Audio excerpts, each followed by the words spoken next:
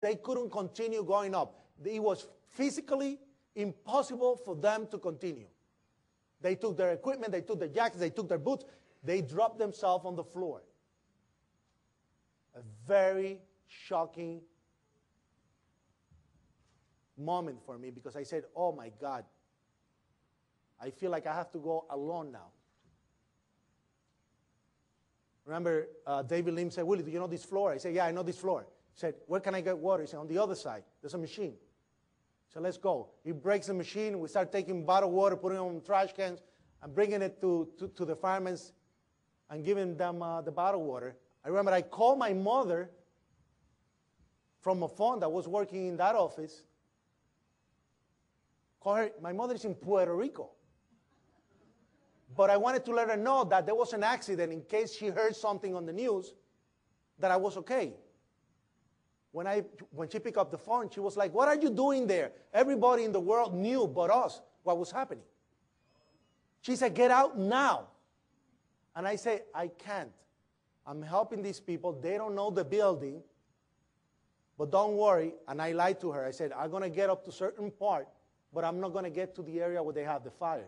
When my actual intention was to go to windows of the world and help my friends. That was my motivating and the power that was actually pushing me to go to the top. Because I knew these people were stuck in there. I hung up on the phone and I have calls from my supervisor say, Rodriguez, abandon the building right now. Abandon the building right now. And I say, I can't. I'm helping the fire department. He said, that's not your job. Get out now. I turn off the radio and I continue going up by myself, opening door, letting people out until I got to the 33rd floor. When I get to the 33rd floor, and the reason that I went to the 33rd floor it was because I had a closet inside there where I have all supplies. Every 16 floors I had a little closet with supplies. And I wanted to get the dust masks to give it to the people that were coming out because of the smoke that it was coming in the staircase. It was an acrid smoke. It was like ammonium stuck in your throat. I spoke to Professor Jones about it. I spoke to experts who said it sounds like ammonium nitrate. I mean, I'm not an expert on those things. And as I went in to get those masks, I found a lady sitting on the floor, trembling, blonde lady, no shoes, in a fetal position. And I said, what are you doing here? Get out! And she said, I don't know what to do. I don't know where to go. She was a new employee. She didn't know where to go. Now, that gives you an idea. Also, the World Trade Center did drills twice a year. Twice a year. With a population of 50,000 employees. Come on. It should have been a mandatory training that anybody that works in the building should have learned where the exits were. And that's one of the lawsuits that we are actually trying to establish, that every building now that is over a certain amount of floors should have mandatory training, because the turnaround of people getting fired, retiring, getting hired is a constant. And at the World Trade Center, imagine it was a city within a city. It was a constant. This lady didn't know what to do. So I stood her up, put her on the stairwell. There were people coming down. And I say, take her out, please. As I went back inside the office, the corridor, I heard the strangest thing. Now, on the floor above me, the 34th floor, I heard heavy equipment being moved around. You know the dumpsters? When they scratch the floor, those steel dumpsters, it sounded just like it. It was the first time that I felt fear through the whole ordeal, because it was an empty floor. I knew for a fact that was a hollowed out floor by construction. There was no walls, there was no ceiling, there was no wires, there was nothing there. It was a floor that was emptied out over 8 months before. So there was nobody supposedly to be there.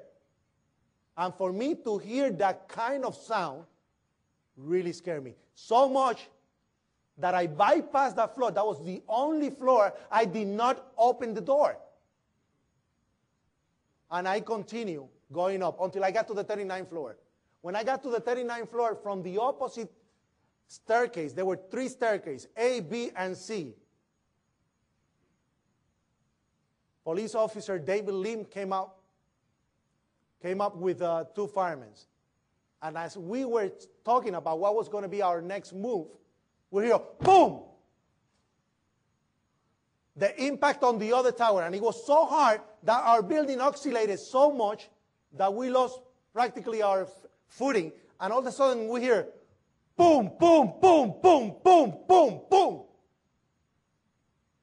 And on the radio, we lost 65. We lost 65, meaning that the 65th floor collapsed floor by floor by floor by floor, up to the 44th floor, the sky lobby, 5 flights away. And I started screaming, we got to go up. We got to go up. Officer Lim said, Rodriguez, you've done enough, but you don't get paid for this. And I said, what? I'm going up. And he said, no, you stay here. You're still a civilian, and you are my responsibility. And I said, sorry, I'm not giving the key to anybody. I'm going up. And he said, better if you give me a hand with the person on the wheelchair on the 27th floor. And he said, you know, David, I'm going to go down, but I'm coming right up. I'm going to help you with that, but I'm coming right up. So I ran down to the 27th floor. When I ran to the 27th floor, I screamed to the firemen, I have orders to get this guy out right now. The guy was taken out of the wheelchair. He was put on a rescue basket, all tied up. 3 guys stood up and said, let's go. We grabbed him. We started going down the stairwell. As we go down, it was like the movie The Tower in Inferno, because chunks were coming all over us, from the ceiling, from the walls. And then the light, the fluorescent lights, the long ones, that's what we had on the stairwells. Because the building was oscillating so much, you could hear them breaking in unison, going floor by floor. Clash, clash, clash, clash. And we lost visibility as we go down. Emergency lights, some floors they worked, other floors they didn't.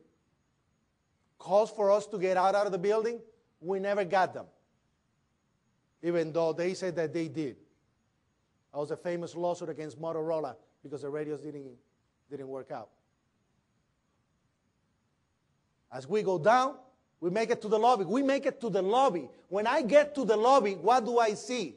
The elevators for the passengers are open from the bottom like this. The doors, the aluminum doors. Indication that something powerful came from the bottom. I mean, I don't have to be a genius to realize that something was wrong there. And all of a sudden, one of the firemen tells me, please, go get the ambulance ready. Now, the other tower already collapsed as we were going down. I remember telling the guy on the wheelchair, don't worry, after this, we're going to get a beer. And he was going, yes, yes, yes, yes. I don't even drink. But I wanted to give him motivation, disposition, enthusiasm to continue. And I was looking for a way to digest what was happening. As I was told to get the ambulance ready, I realized that the whole area on my left was destroyed. There was dust everywhere. The cameras, the security cameras, were hanging by a wire. That beautiful marble, anybody that went into the World Trade Center, remember that marble at the entrance? That was all pulled out, broke into pieces on the floor. And the only thing you saw was the cement patches where the marble was before.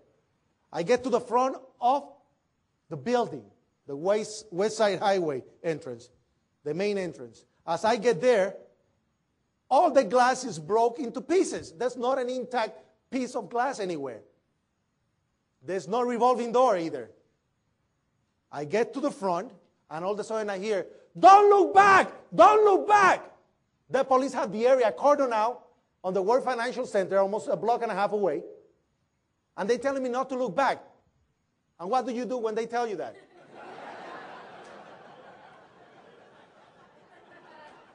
I turn around and I look back. And ladies and gentlemen,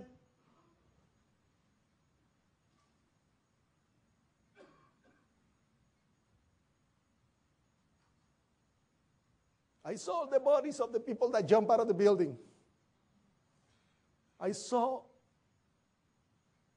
like they melted on the floor because of the impact.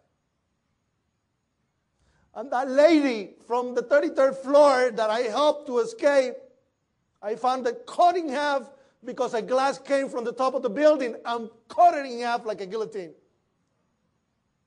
And I said, God, what is this? What is this? And I hear, run, run, run. I look at the left side and I see the Marriott Hotel almost gone. Bodies everywhere. And I said, God, please help me. And the only thing I see is a fire truck in front of the building.